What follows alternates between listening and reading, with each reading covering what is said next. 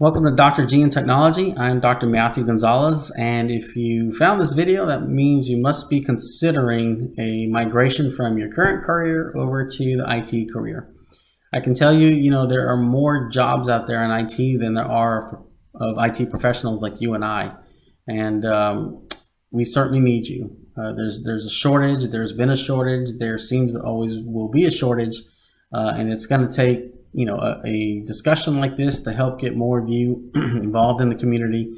And you can do so by clicking on the link below this video to join our community, which we call the village, because we know it takes a village to grow any community, and we want to grow each other's IT skills. Before we get too deep, we also want to remind you to give us a like and tell us what you want to hear down there in the comments below. We can always tailor our content for you. And then lastly, subscribe and click the bell so that you can be updated anytime a new video comes out. So off we go regarding career changes to IT. What should you consider?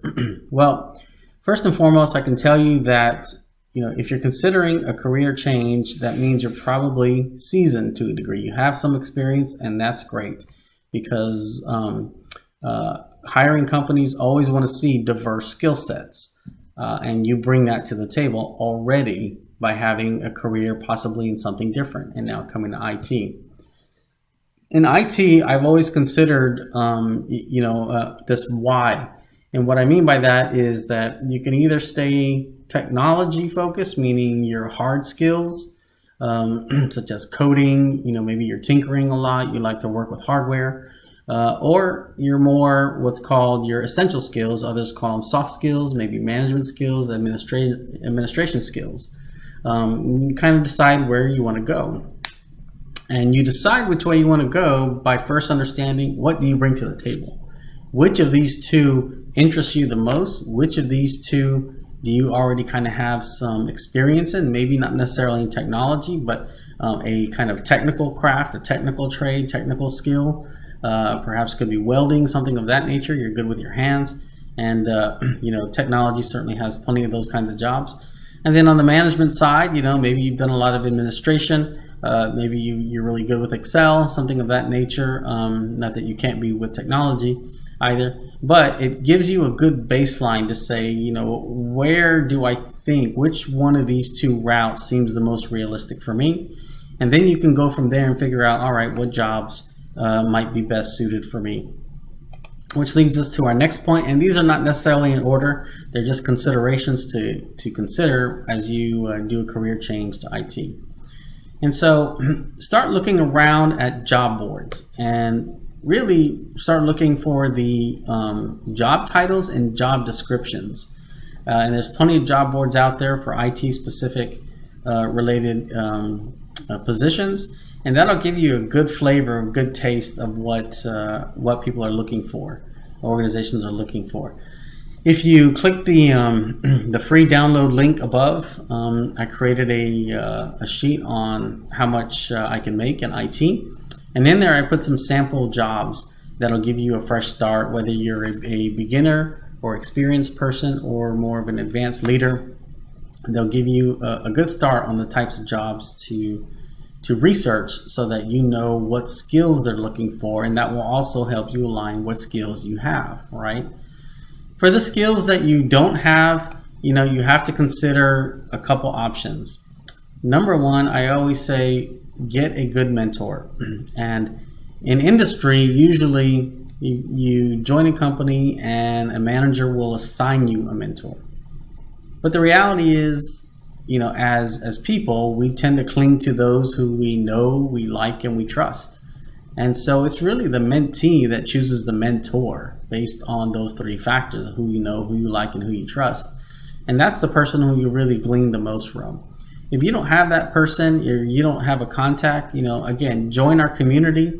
There'll be plenty of people there over time as we build that community to help you. If not, I'm there. I can certainly help you.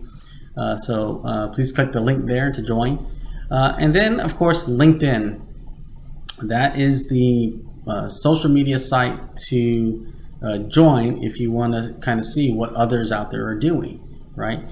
Link with somebody. They'll likely accept your friend. you as a friend. But don't stop there. Create a relationship with them. Just tell them, look, I'm not trying to stalk you. I just want to follow you. I want to learn from you. And, again, you build that relationship with you, and vice versa. And next thing you know, they will be your mentor. And who knows where that can lead. So lots of ways to get a mentor. The goal with that, of course, is to just kind of further understand what it takes to be in that job that you like, right?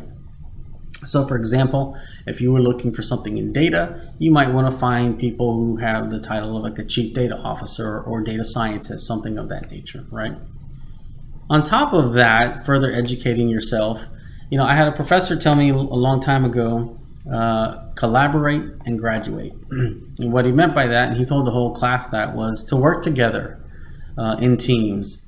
And as you work together, you'll learn to do better and eventually cross the finish line together, graduate. In this case, I can't assume that anyone here who's watching or listening to this video is educated in tech already. If not, that's why I add the educate piece here. And so that you can look at college degrees out there, 2-year degrees, 4-year degrees. You can also look at some night sessions that even high schools offer. And if that route, none of those routes work for you, I've also put in the community, if you join, you'll find a channel in there about different education resources where I list where to go get certified in different disciplines or areas of technology. So I invite you to yet another reason to join the community, so you can educate yourself, collaborate with others, and graduate together. Because again, we're trying to build a community here, and we know it takes solid mentorship because IT changes every day, right? So great skills to do, and we'd love to see you in the community. Lastly, get a second job and or volunteer. I've pretty much started working a second job once I got into my IT career. By about the 5th year in, I wanted to learn more about teaching, and so I became a professor, and did so at nights and weekends and online, and this was many years ago. But it was one of those things of a career transition in IT, and so I'm a perfect case study of this, where I was doing my day-to-day job, day-to-day skills in IT, and wanted something different, but I didn't want to leave the comfort of my position.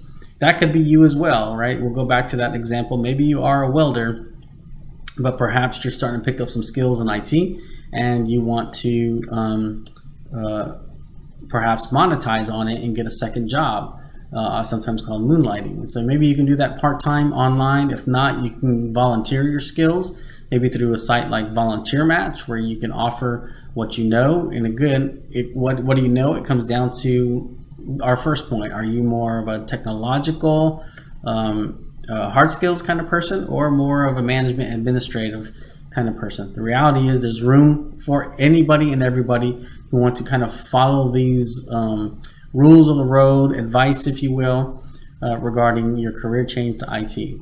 And remember, there is no magic bullet here, and this is not an exhaustive list. This is just from me to you regarding changing your career in IT and what to consider. As a reminder, like our videos, tell us what you think about them, subscribe and hit the bell button so that you get early alerts anytime we create a new video. Click the community link to join the IT Village and other IT professionals such as yourself, where you can get your questions answered. And be sure to click the free download of How Much Can I Make Working in IT.